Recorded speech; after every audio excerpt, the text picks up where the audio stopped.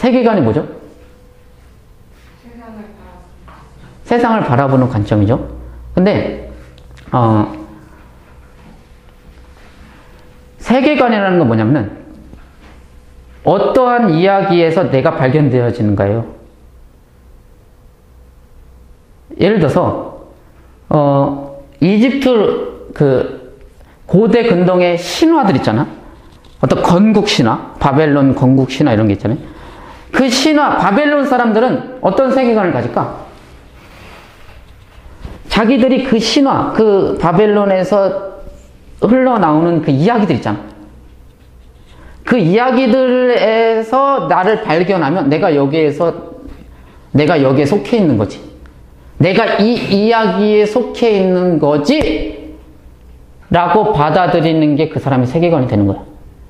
자, 다시 한번 말할게요. 세계관이라는 거는 어떤 이야기가 있어. 어떤 이야기에 신화든 뭐든 그 이야기에 내가 여기에 속해 있는 거다라고 생각을 하는 게 세계관이에요. 예를 들어서 자본주의 이야기가 있어요. 자본주의 이야기가 있어. 돈에서부터 돈의 중심, 그러니까 돈의 고귀함, 돈의 중요함, 돈이 주는 자유, 돈이 주는 쾌락, 이런 것에서부터 시작되는 이야기들이 있다니까? 많이 버는 게 성공하는, 이런 이야기가 있어. 돈을 많이 가지면 더 자신감이 생기는 거고, 더 존귀한 사람이 되는 거고, 더 존경을 받아야 되는 사람이 되는 거고, 이 이야기예요. 그런 이야기들이 있다니까? 우리들의 입에서도 그런 이야기들이 나오잖아. 야, 많이 벌어야지 되는 거지. 많이 벌어야 성공하는 이 이야기들이거든요. 이 이야기가 왜 나오게 되냐면, 내 삶이, 내 존재가 이 이야기 속에 있다고 믿어서 그래. 이해돼요? 이 이야기 속에서 내가 발견이 되어지면 나는 이 자본주의 이야기에서 존재하는 사람이야. 나는 여기서 태어난 사람이야. 라고 해버리면 이게 그 사람의 세계관이 되는 거야. 그런데 자본주의 이야기도 있고 여러 가지 외모 지상주의에 대한 이야기가 있잖아요. 이렇게 우리가 이야기하잖아. 계속. 우리가 계속 그 이야기를 하는 거는 거기에서 만들어 놓은 이 이야기에 내가 동참하는 거거든. 내가 거기서 나도 여기 사람이야. 나도 여기 사람이야. 이렇게 말하는 거거든요. 이게 세계관이라는 거야. 그런데 갑자기 다른 이야기가 흘러나오는 게 있어요. 그게 성경이야. 성경에서 창세기부터 시작하는 어떤 이야기가 있어. 창조 신화라고 하면은 사람들이 있지도 않은 일, 그 신화, 이게 잘못되는 거라고 하는데, 내가 말하는 신화는 이게 역사적 사실이 아니라는 소리가 아니에요. 역사적 사실이야. 근데 왜 신화라는 말을 쓰냐면은, 신화라는 말을 써야지 이 사람들이 여기에서 자기를 이렇게 발견해내. 그러니까 나랑 상관이 있는, 그러니까 신화라는 말 안 써도 돼요. 역사적 사실이야. 역사적 사실인데 이 이야기에서 내가 여기에 속해 있는 사람이다 라고 해야지 그 사람 세계관이 바뀌어요. 이해돼요? 이 세계관에서 여기서 막 말하고 있는 세계관이 있어. 그 이야기도 있어. 그 이야기에서 빠져나와야 돼. 그 이야기에서 나와서 어디에 속해야 되냐면, 나는 여기 사람이 아니고 나는 아담의 자손이야. 아담의 자손이어야 돼요. 우리는. 나는 아담의 자손이야. 나는 아브라함의 후예야. 나는 이스라엘을 통해서 유익을 받는 열방에 속하는 이 이야기의 주인공이야. 이 이야기에 속하는 등장인물이야. 이 이야기에 내가 있는 거야 라고 해야지 세계관이 바뀌어요. 이해되시죠? 필연적으로 이 이야기에서 나와야 됩니다. 왜냐하면 이 이야기와 이 이야기가 다르면, 이 이야기와 이 이야기가 다르면 나는 이 이야기에 속하는 사람이야 라고 해야 되는 거예요. 그래야 내 세계관이 바뀌는 거예요. 여러분들 입에서 어떤 이야기가 나오고 어떠한 이야기가 내 속에 맴돌고 있고 내가 어떠한 이야기 속에서 희노애락을 느끼는지, 예를 들어서 내가 이 이야기에 속해 있는 사람이다라는 생각이 들면 여기에서 말하는 슬픔과 아픔과 고통이라는 게 있어요. 이해되죠? 이 이야기에서 말하는 슬픔과 고통, 아픔, 그리고 이 이야기에서 말하는 슬픔과 고통과 아픔이 있어요. 내가 진짜 어디에서 어떤 이야기 속에서 말하는 슬픔과 고통과 아픔을 느끼는지, 내가 이 이야기에서 말하는 자유가 있고 성공이 있고 이런 게 있잖아요. 승리가 있고, 여기서 말하는 승리라는 것도 있고, 뭐 다 있어요. 이 이야기 속에 나오는 개념이야. 승리, 성공.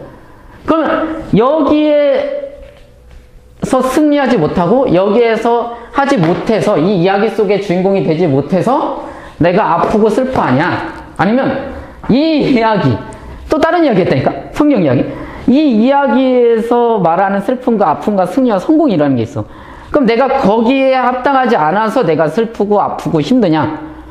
내 정서가 어디에 맞닿아 있느냐? 내 정서가 어디랑 가까이 있느냐? 이게 세계관이에요.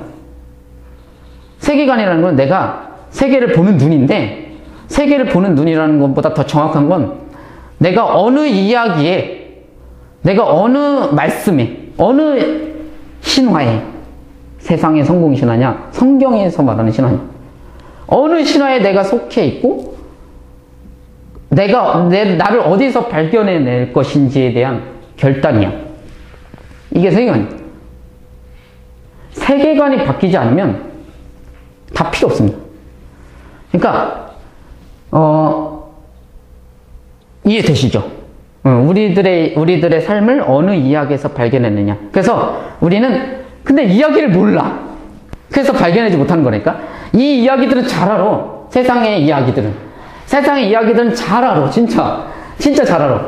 진짜 잘 아는데 이 성경의 어떤 복음의 큰 이야기를 모르니까 나를 발견해내지를 못하는 거야.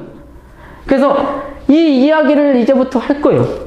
그러면은 거기에서 내가 발견이 되어져야 돼. 그래야지 세계관이 바뀌는 거야. 세계관이라는 거는 내 선택을 바꾸게 만드는 걸 세계관이라고 하거든요. 왜냐면 그렇지 않으면 그 세계관이라는 취급을 안 해요. 그거는 그냥 망상이에요. 공상. 세계관이 바뀌어야 돼. 막 공상이 아니라 세계관. 우리는 세계관대로 행동해요. 세계관대로 느끼고. 세계관이 바뀌어야 돼. 공상하는 게 아니고 세계관이 바뀌어야 돼. 세계관이 바뀌어야지 그러니까 성경에서 내 이야기를, 나를 발견해내고 나를 그 안에 담아내야지 내가 하나님의 복음을 믿게 되는 거고. 왜냐면 복음이 어디에 나오는 얘기야? 성경 이야기의 절정이 복음이에요. 성경에서 창세부터 시작한 이야기의 절정, 일단 핵폭탄 같은 게 복음이거든요. 그래야지 내가 여기에 속해 있어야지 복음이 내 복음이 되는 거지.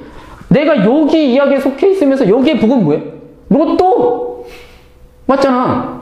돈 펴라. 부자 되는 거 아니에요? 여기 복음이. 내가 무슨 복음을 믿고 있냐니까? 여기서 복음이 부자 되는 거예요? 아니잖아. 이야기가 막 내 몸은 여기에 있는데 마음 이야기는 여기 있는데 교회는 다니잖아. 일주일에 한 번씩.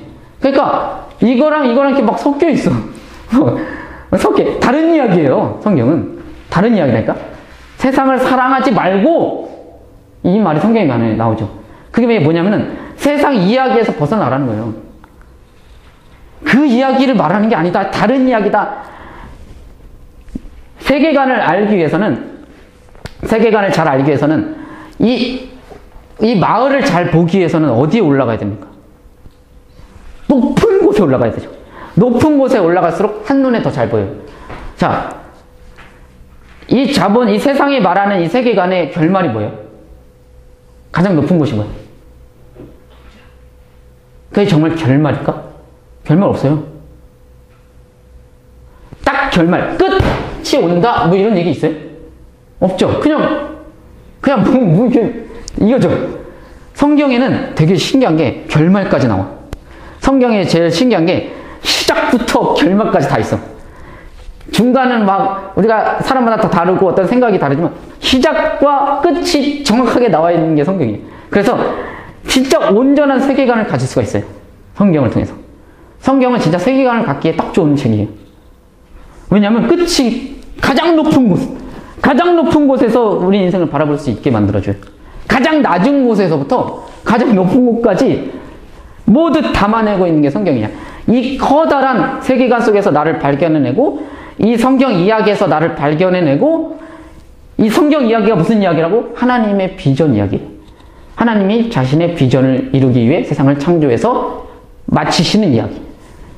그 이야기 속에서 나를 발견해내고, 그 이야기 속에서 나를 발견해내야 그 안에서 내가 희노애락을 경험하고, 여러분, 이게 안 되면 성경에서 말하는 고통, 고난 이런 게 있잖아요.